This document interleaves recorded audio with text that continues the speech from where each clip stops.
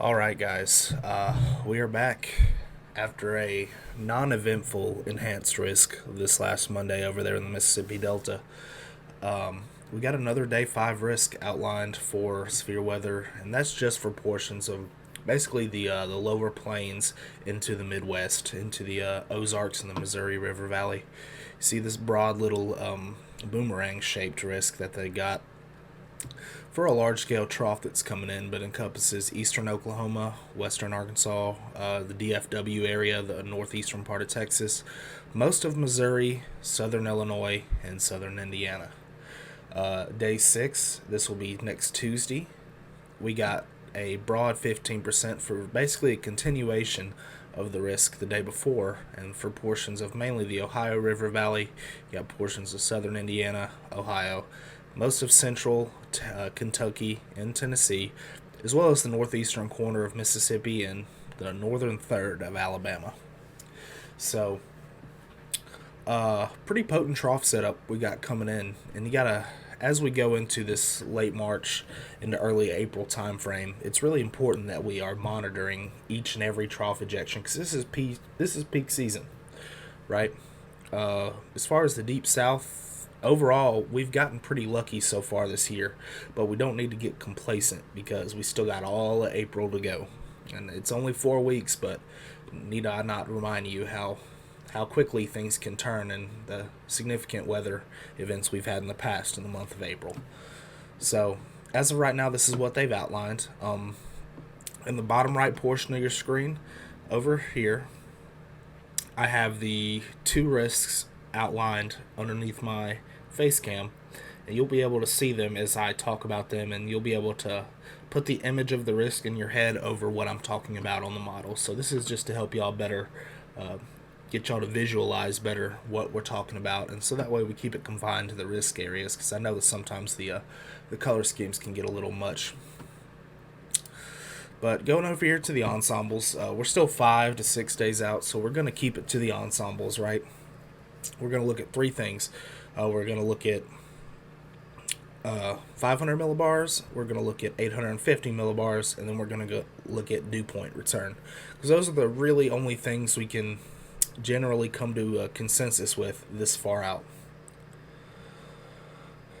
So once we get into like the day 3-4 range, we might go ahead and start looking into some of the deterministic models. But right now, it's just too far. They're going to change. They're going to move left. They're going to move right. They're going to move north. Y'all know the drill. So we're going to leave it to the ensembles, and we're going to start here. So this is Sunday. This is going to be Sunday at noon. You can see this broad, positively tilted trough with this really deep wave coming in, this little positively tilted lobe of vorticity. You can see it clearly pointing to the left, and you got this belt of flow that's rounding. And as we go into the day, this is Monday, it ends up ejecting. You can see this closed contour as it exits the Rocky Mountains over here in Colorado. You get Lee cyclogenesis, and you start to get this cyclone start to develop, as well as this stronger belt of flow rounding the base. And this is 18Z, so noon on Monday.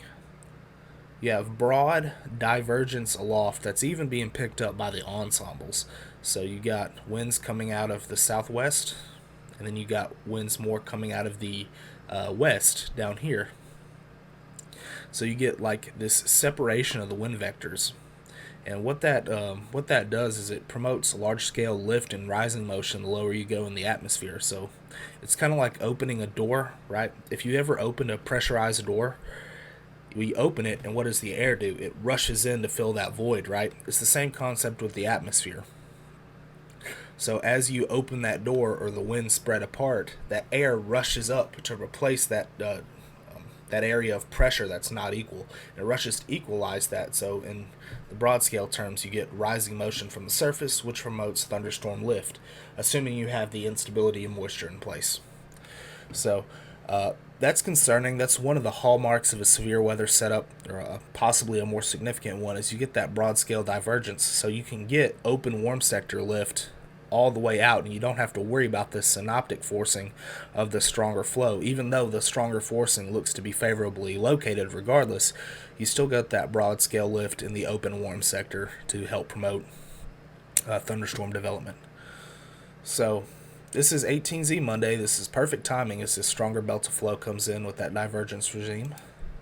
And then Tuesday, you get that flow just impede upon the area right into the middle of the risk. And you get, it turns a little bit more straight westerly, but you do still get a little hint of that divergence aloft. So really strong belt of flow. Looks like a 80 knot roughly, so anywhere between 70 and 90 knots of flow rounding the base of this trough. So really strong vorticity maximum. And as we go into the next day, Tuesday, this is Tuesday at noon. This will be your day 6 risk down there, right below the boomerang risk down there. And you really just have this leftover, the trough kind of shears out, and you kind of get this leftover southwesterly flow. But as long as you have enough moisture and instability in place, all you need is a lifting mechanism to promote severe storms. Now, as of right now, it's not looking as favorable as the day before, but given the moisture that's going to be in place, we absolutely could have some type of form of severe weather. Maybe not as dynamic and intense as the day before, but definitely promotes some sort of severe weather just to have this broad southwesterly flow going into the middle of spring.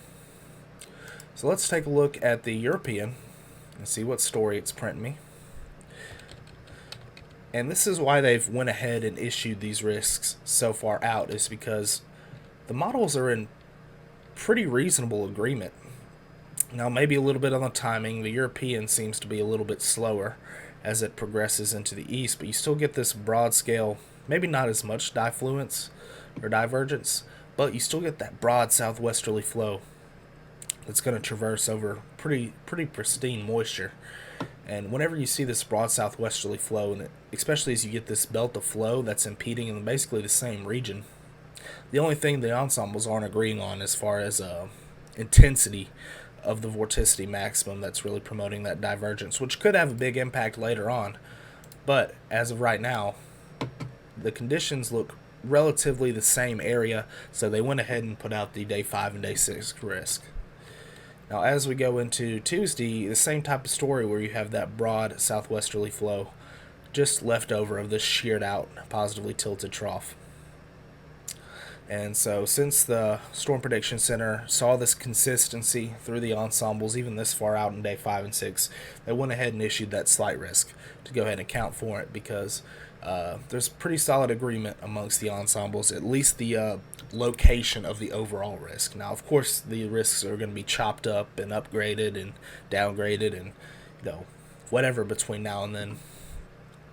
But at least at the 500 millibar level, they're pretty consistent with each other, with a possibly significant impact event on Monday in the southern plains into the Midwest, and then a leftover secondary severe weather event in the Ohio Valley and Tennessee valleys going into Tuesday.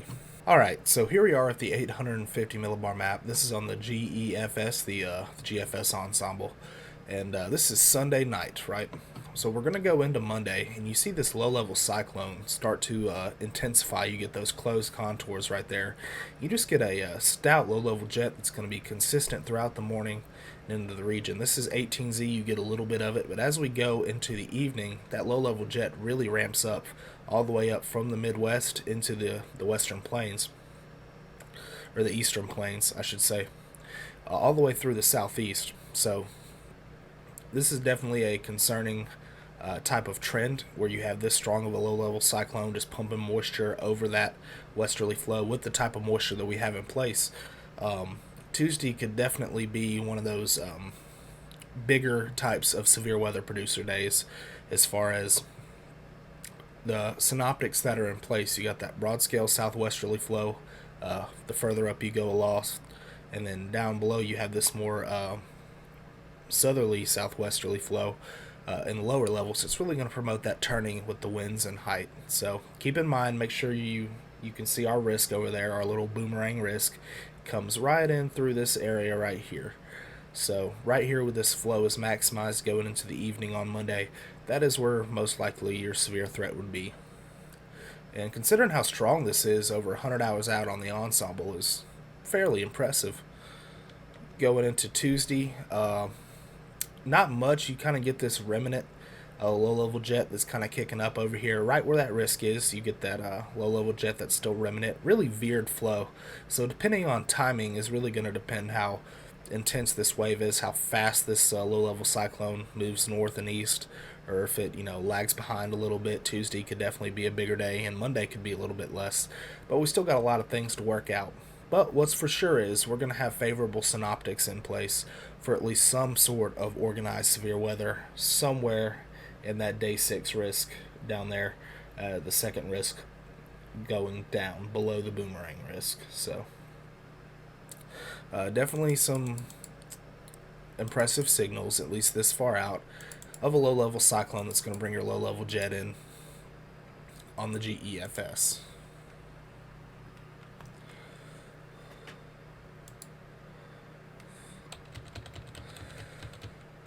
Alright, moving on to the European ensemble. Here we are on Sunday. This is Sunday night, and as you start to get your low-level cyclone, you do get some remnants of a low-level cyclone. As soon as it comes across the Rocky Mountains, you can see the higher terrain by this darker gray.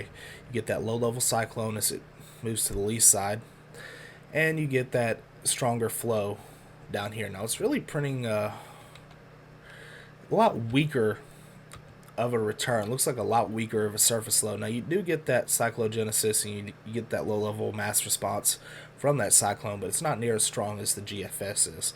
So, but the timing and placement appears to be reasonably, maybe a little farther east. So this the European seems to have a much more progressive, weaker system coming through. But you do get that low-level cyclone more centered on Arkansas and maybe portions of the Midwest on Monday. Now, as you go through Tuesday, it's not really showing much as far as you get that little tiny resemblance of a low-level jet that's really veered and out of the west. You'd really want to see that more southerly. But you do kind of get a little bit of a hint. So maybe if we have a sagging cold front as this lifts, that kind of stalls out a little bit, you can definitely have some severe weather that comes off that boundary with at least some resemblance of a low-level jet. There is still a possibility and relative agreements in location between the different ensembles, between the GFS and the European. So, long story short, there is a low-level cyclone on both models that's going to be progressing east over the central and eastern United States on Monday and Tuesday. And let's go take a look at the dew point and see what kind of moisture we're working with. Alright, so coming over to the moisture return, and we're going to go from right now, so I kind of want to show you how this moisture evolution is expected to evolve going through the week. So we had this this frontal system that's getting pushed through, and if you remember, we had the same thing happen with the last system. We had these 70 dew points pushed well back off the coast of Cuba with the last system. That was really the fly in the ointment that kept Monday's system from really going crazy over here in the Mississippi Delta. But what we're going to end up getting is we're not going to have another system come through until Monday or Tuesday. So the Gulf of Mexico is going to be open for business as we start to get this moisture return. Just broad 50s already in place as your 70 dew points start to nose back into the central and northern Gulf. This is Sunday. And then as we start to get lee cyclogenesis over here in the central plains, it's really going to funnel all of this favorable moisture unimpeded with nothing stopping it into the region. And you can see just broad. I mean, this is Sunday, the day before, and we already got mid-60s dew points all throughout the region and through the risk. So, and then Monday, 12Z, 18Z. So this is noon, the day of the Monday event. You can see, I mean, this is just this is what we would want to see. This impressive spring moisture return, mid to upper 60s dew points, all the way through the risk area. Completely wide open warm sector. And this is your classic spring system where you get that moisture return and you get those strong easterly winds coming in with that low-level cyclone that initiates in the central plains. You get that strong southerly flow that's really taken all this moisture. You see our 70s dew points just off the coast. And as we go into Monday evening, that moisture is not going anywhere. So as far as the GEFS is concerned, moisture is not going to be a problem, and the fact that moisture is not a problem, it means instability is probably not going to be an issue. So if the upper level winds, if we can get our shear worked out, if we can get our making sure everything's right and proportional, you get your southwesterly wind coming in 500 millibars like we saw, and you get that in strengthening low level jet along with some of that broad scale divergence like we saw on the GFS, this could be the makings for a pretty significant severe weather day with all hazards on the table, favoring tornadoes, damaging winds, and hail. So Monday looks to be the significant day, at least according to the GEFS. And as we continue to go, the moisture isn't going anywhere, and now it kind of gets choked right here as we go into Tuesday, because this is the area where that secondary risk is laid out, and we don't kind of get that secondary area of moisture, favorable moisture to develop. But anything remaining from the storms on Monday night going into Tuesday morning would definitely pose some sort of risk as they move east into the Ohio and Tennessee valleys. So Monday looks to be the day as far as the GFS is concerned, and Tuesday is just a overnight threat regarding the storms from the previous day as they work their way in. Going over to the European, same type of story where even on Saturday, well, this is Friday night into Saturday, going into Sunday, we get this broad, expansive warm sector. And 18Z, I mean, look at this moisture. Just broad area of mid to upper 60s dew points. Classic spring warm sector.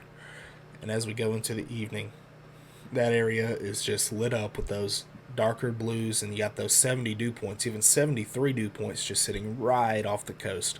This is classic moisture return in the spring. And as we go into the overnight, it shows the same kind of story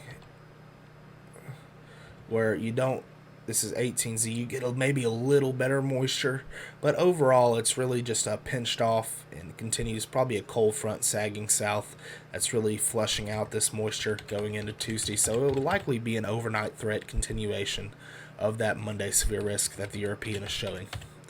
So as of right now, Monday appears to be the day across eastern Oklahoma, northern Texas, and majority of Missouri and Arkansas. And then continuation into the southeast and Ohio River Valley going into Tuesday night and Tuesday morning. That is what I would expect to see just off these models and what they are showing me. And the agreement that there is between them, between both, not only the ensembles, but two different sets of models and their ensembles. Definitely something we need to keep a close eye on to monitor the trends as we get closer. So as of right now, that's as far as I'm going to go. I'm not seeing a significant threat for Mississippi or areas right now, but that could change in the next couple of days. So make sure you stay tuned to the page. You stay tuned to see exactly where they move the risk as the models continue to evolve. We'll continue to post on the page and update y'all as soon as we get the information.